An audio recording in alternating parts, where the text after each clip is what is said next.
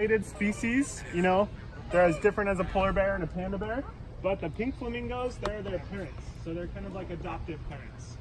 The younger ones, they were all eggs from a different zoo, and they gave all the eggs to these flamingos, and then they're raising them just like their own kids. So it's a really cool example of how animals can just adopt other animals, even if they're different species. It's very common in the bird world for the parents to do that. They just want to raise something. They just want to be parents really badly. So we have had no problems here. Eventually they'll probably separate once they're adults, just because we don't want them to breed together. But for now, they're being great parents, and it's really exciting to watch them grow up. The reason they're still gray is, like Brecken was telling us, remember how flamingos get their color? From the shrimp they eat. So the babies, they haven't eaten as much shrimp, so they're still kind of gray. But when they get older, they'll turn kind of light pink. They won't be as pink as the others. Go ahead. And the line for pandas can get really long. And guess what, guys? You guys don't have to wait. That's awesome. Turn around. Now, there are many different species of animals here. There's actually 400 different kinds of animals here at the San Diego Zoo. We have about 6,000 animals total. And that's going to include insects, reptiles, mammals, and birds. Giant pandas, of course, are the rarest of the 8 species of bear that exist on the planet. There are estimated to be about 3,000 of them.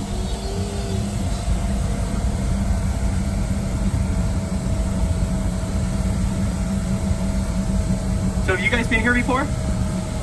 They don't remember. Okay.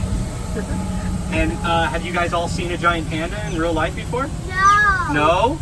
I grew up with one in Chicago. In Chicago? When I was a child, they had a baby. No. Okay. He's so obsessed with pandas. Cool. Very excited. Down this pathway is Bear Canyon. There are 8 different species of bears. We have 5 of them here at the zoo, and I'm hoping that we get to see at least 2 or 3 different species. The first bear that we're going to get a chance to see is known as a Bornean sun bear. It's going to be found off of the passenger side, or the right-hand side of the vehicle. It is considered to be the smallest bear species, but it kind of depends on where he is and whether or not we're going to be able to see him. Right there, guys, in the cave. Oh yeah, you see him? You see him? Those paws, he's cleaning himself. Joey, look straight ahead. Look straight ahead. It's kind of hard to see, huh? Blend it in. See him straight in the cut? He's cleaning himself. See him cleaning his paws? That's a bear. So his name's Francis. He's going to be found in the same place you're going to find orangutans in Borneo and Sumatra. Like I said, this is the smallest of the 8 species of bears. And I have seen dogs bigger than this bear. So he is full grown. It's a good view of him right here, guys.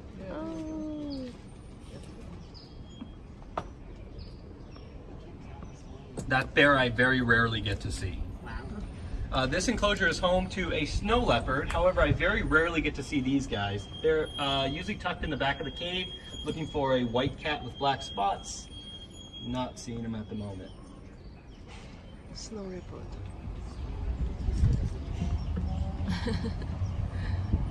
Otter right there, guys. Otter. You see it? Yeah, I see him. So this is a clawless otter. These guys live in the Congo of Central Africa.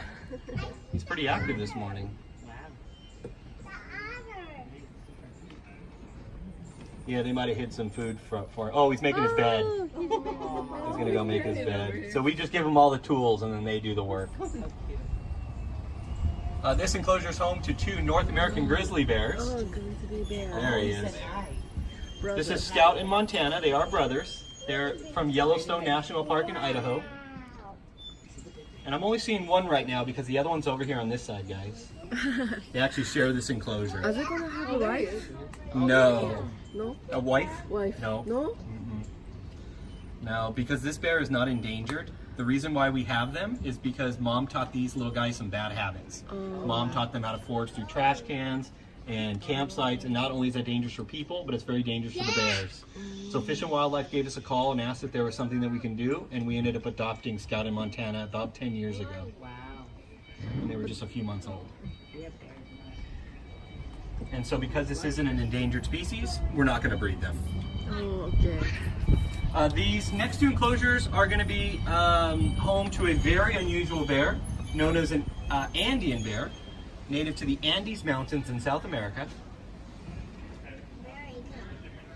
And they are also called the spectacle bear. Yeah, there's a keeper in there, so that means we're not going to see a bear. But we might get to see the Andean bear here. So just a rule of thumb, if you see a keeper in an exhibit with an animal that can potentially kill you, you're not going to see an animal. There he is right there, guys. This is our little girl. Her name is Alba. Oh, no, this is our male, I think. This is Turbo. This is our male Andean bear. Turbo. Yeah, we have a sloth and elephant odyssey. We're not going to see him on this tour, but you can see him later. He might have the baby, honey. They might have a baby. Yes, exactly. Last time I saw them making. Yes. Oh, yeah. You said about 2 months ago? Yes, exactly. Yes. Yeah, so that's very true. Our female might be pregnant. Okay, I hope. I'm going to be the last one to know. So there's just a baby, and then it's like, oh, there's a baby. Okay. But yes, Turbo and Alba were paired up together for breeding, and it's because that is a threatened species. Oh.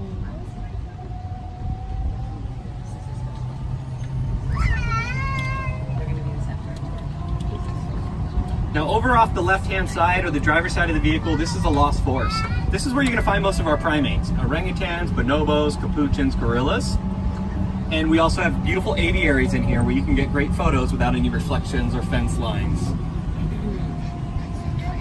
If you guys want to head into the Lost Forest, you guys can either use this moving escalator, and there's also an elevator that will take you up into the Lost Forest.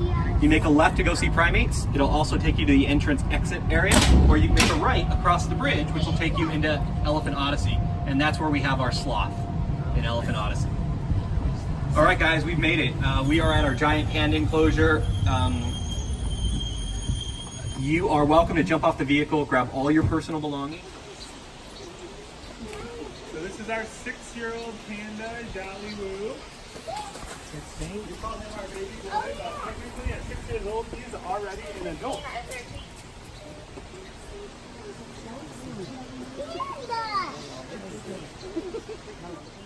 So can you guys see what our panda is eating? Bamboo. Lots and lots of bamboo. Bamboo is actually just a grass. It's just a really, really big, strong grass. And most animals that eat grasses, like cows and goats, they have multiple chambered stomachs and really, really long intestines to eat grass because it's not very healthy. But for Jolly Woo here, he has the same type of stomach as we do. So that means he has to eat a ton of bamboo every day just to stay alive. In fact, he eats about 1/6 of his body weight, which is 35 pounds of bamboo every day. To put that in perspective, him and I, we weigh the same amount. I eat 3 pounds of food a day, he eats 35 pounds of food a day. So he eats a lot of food. So you know what that means? What comes out the other side when you eat a lot of food? A lot of poop. In fact, you guys want to hear a funny record?